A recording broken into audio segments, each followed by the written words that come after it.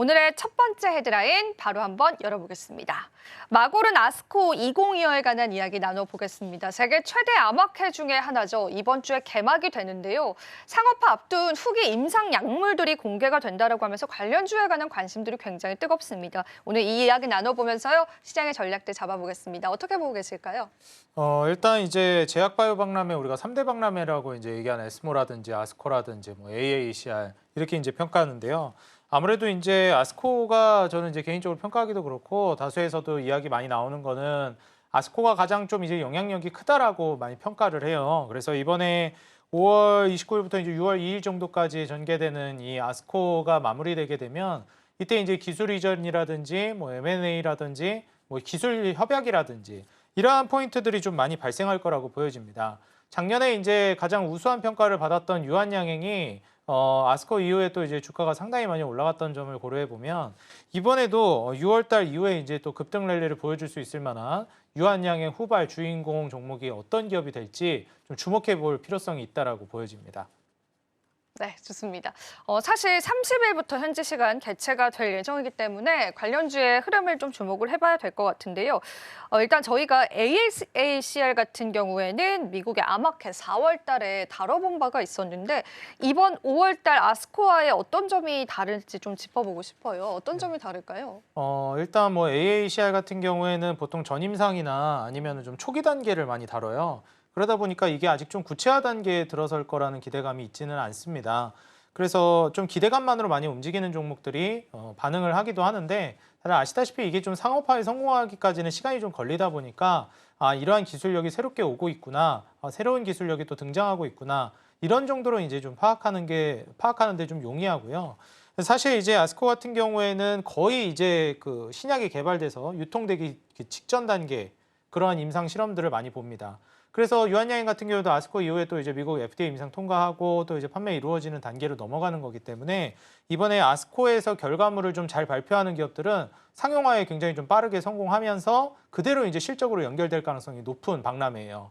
그래서 이번에 아스코에서 성과를 보이는 기업들은 실적으로 얼마 안 있어서 바로 연결될 확률이 훨씬 더 높다 보니까 AACR보다는 조금 더 우리가 실적이랑 좀 연결지어가지고 볼 수 있는 박람회라고 생각하시면 되고 여기에서 좀 좋은 평가를 받은 기업들은 협업도 훨씬 더 많이 이루어지게 될 겁니다. 왜냐하면 이제 거의 뭐 전임상 단계면 마무리 단계니까 이제 상용화만 하면 되는 거거든요.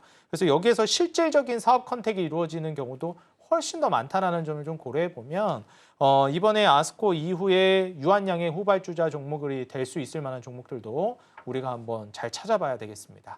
네, 사실 저희가 유한양행 사례가 지난 아스코 2024에 있었었는데 유한양행에 관한 성과가 너무나 좋게 나오면서 베스트 오브 아스코 2024에 선정이 되면서 그때 유한양의 주가도 여러분들 기억이 나실 겁니다. 급격한 또 상승을 보여주면서 제2막을 열었다라는 평가가 있는데 이번에도 그런 기업들 좀 짚어보면 좋겠습니다. 혹시 기대가 될 만한 기업들 몇 가지 좀 짚어주실 수 있을까요? 일단 루닛이라는 기업이 이제 많이 주목을 받고 있는 시점이에요. 루닛 같은 경우에는 우리가 이제 AI라는 모멘텀이 불어오다 보니까 의료 AI라는 이제 카테고리로 주가가 상당히 많이 올라갔었는데 2023년도에 이제 주인공 역할을 해줄 수 있을 만한 정말 강력한 주가 상승을 보여준 반면에 최근에는 주가가 좀 조정이 많이 나왔어요. 그래서 23년 중순부터는 주가가 계속 좀 떨어졌고 그리고 이제 다시금 반등을 보여주나 싶었는데 작년 말에서 이제 한 차례 반등 보여주고 나서 재차 좀 조정이 나오는 모습을 보여줬습니다. 이 루닛 같은 경우에는 지금 현 시점에서는 이익이 막 엄청나게 이제 폭발적으로 늘어나고 있다 이렇게 볼 수는 없는 단계거든요.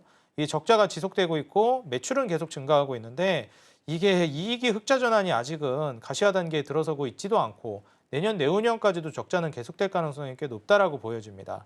그래서 이게 기대감만으로 올라가기는 좀 쉽지가 않은데 지금 이미 시총이 한 1조 4천억 정도 돼요. 그래서 이번에 과연 아스코를 통해서 뭔가 이제 성과가 나오게 되면 일발 역전을 또 꾀할 수도 있거든요. 그래서 이번에 아스코를 통해서 과연 계약을 통해 회복을 할 수 있을지 여부를 주목해 보는 게 좋을 것 같고요. 좀 미리 진입을 한다거나 이렇게 하는 거는 저는 위험하다고 봅니다. 그래서 아스코가 끝나고 나서 성과가 있는지 여부를 보고 루닛을 투자할지 말지를 고민해 보는 게 좋은 전략이 될 것 같아요. 그 다음으로는 이제 신규 상장주라고 볼 수 있는 온코닉 테라퓨틱스가 물론 뭐 룬이 또 비교적 신규 상장주긴 한데 지금 온코닉 테라퓨틱스는 뭐 채 1년도 안 된 기업이거든요. 그렇기 때문에 좀 일봉상 차트로 보더라도 캔들이 몇 개 이제 갖추어져 있지가 않습니다. 이제 신고가를 쓰면서 매물대 돌파한 이후에 매물대 이제 지지를 해주고 있는 차트 상황인데 온코닉 테라퓨틱스 같은 경우에는 비교적 그래도 매출이 늘어나고 있으면서 이익 적자 폭이 그렇게 크지는 않아요. 심지어 이제 작년 이제 4분기랑 올해 이제 1분기는 흑자 전환에 성공하기도 했기 때문에 여기서 기대감만 잘 불러일으킨다라고 하면 지금 적자에서 벗어나기도 했고 시총도 뭐 한 2,400억 정도밖에 안 되니까 한번 이 기대감만으로도 주가를 밀어올릴 가능성이 있고 그 다음에 뭔가 성과가 나왔을 때는 훨씬 더 큰 상승 랠리를 기대해 볼 수 있다라고 봅니다. 그래서 온코닉 테라퓨틱스는 물론 시총이 작아가지고 큰돈 투자하기는 좀 그렇지만 소액으로는 충분히 접근해 볼 만한 기업이라고 생각이 들어서 이번에 아스코랑 같이 주목을 해보시면 괜찮겠습니다. 루닛과 또 온코닉 테라퓨틱스 우리가 한번 또 기억을 해보면 좋을 만한 기업으로 꼽아주셨습니다.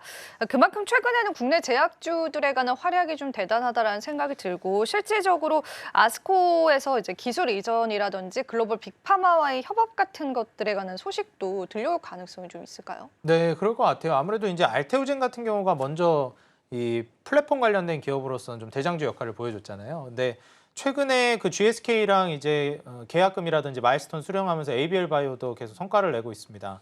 이게 보통 플랫폼 기업이라는 게 뭐 알테오젠만 하더라도 키트루다에서 국한되지 않고 여러 곳을 이제 확장을 보여주고 있기 때문에 기술력을 가지고 하는 거라 약품 하나에만 쓰이는 게 아니라 다방면으로 쓸 수가 있잖아요. 그래서 이러한 포인트들을 좀 생각해 봤을 때는 알테오젠뿐만 아니라 우리가 이제 보통 플랫폼 기업 3대장이라고 부르는 리가켄 바이오, ABL 바이오까지는 이번 아스코에서도 저는 박람회가 끝나고 나서 성과가 좀 있지 않을까 기대돼요. 왜냐하면 이미 있는 기술력이고 판매가 되고 있기 때문에 이거를 다른 그 제약바이오 회사들에서도 충분히 니즈가 있을 거란 말이죠. 특히나 이제 빅파마들과의 계약은 그만큼이나 이제 신뢰를 좀 구축할 수 있습니다.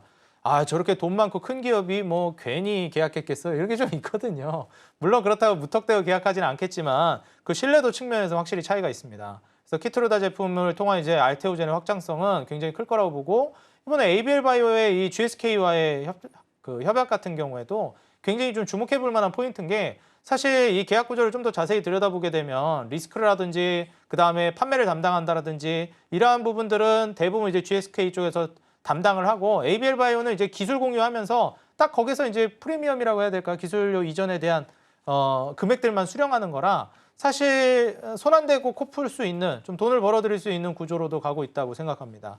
그래서 뭐 일전에 이제 그 오리온이랑 같이 얘기가 나왔었던 이제 리가켄 바이오 같은 경우에도 탄탄한 자본력 뒤에 이제 든든한 이제 또 오리온이라는 기업이 있지 않습니까? 그래서 이런 현금 창출 능력을 기반으로 한 이제 임상 성공 확률도 올라갈 거라고 봐서 플랫폼 기업은 이런 이제 3대장 기업들을 위주로 해가지고 좀 주목해 본다라고 했을 때 이번 아스코 이후에도 한번 움직임이 강력하게 나올 거라고 보고 있어요. 더군다나 이제 연준에서도 이번에 그 트럼프 정부의 관세 정책에 대해서도 한 10% 정도로 잘 마무리를 해주면 연말부터는 이제 기준금리 인하할 수 있다라는 언행을 하면서 시사점을 던졌기 때문에 뭐 9월 이후에나 금리 인하할 것 같다라고 하긴 했지만 실제로 어떻게 될지 모른다라기보다는 9월 이후에는 금리 인하 할 수 있다 정도로 이제 시사점을 던졌다고 봐요.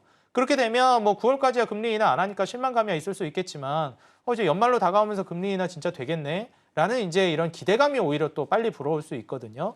거기에 따라 이제 제약바이오 박람회 이후에 시너지까지 뭐 기술 이전이라든지 계약이라든지 이런 것까지 맞물리게 되면 전반적인 이제 제약바이오 분위기 자체가 개선될 걸로 보고 있어서 오히려 요즘 좀 제약바이오 관련된 종목들에 그렇게 좀 관심이 좀 멀어져 있는 상황인데 ABL 바이오가 독자적으로 굉장히 크게 급등을 하고 있거든요. 보통 이제 알테오젠 같은 경우에도 재작년 말부터 혼자서 독보적으로 움직였어요. 그때 반도체 움직일 때였는데. 이럴 때 이제 미리미리 혼자서 움직이는 종목들이 제약바이오 쪽으로 이제 온기가 확산되기 시작했을 때 대장주 역할을 하면서 계속 이제 1등 자리를 놓치지 않습니다. 그래서 제가 23년 말에서 뭐 24년 정도에는 알테오젠이 주인공이었다라고 할 수 있다면 이번 제약바이오 사이클에서는 ABL 바이오가 좀 주인공이 될 수 있지 않을까 저는 그렇게 생각을 해서 물론 주가가 너무 많이 올라가 있는 상황이긴 하지만 좀 더 갈 거를 염두에 두는 것도 좋은 전략이 될 수 있을 것 같다 말씀드립니다.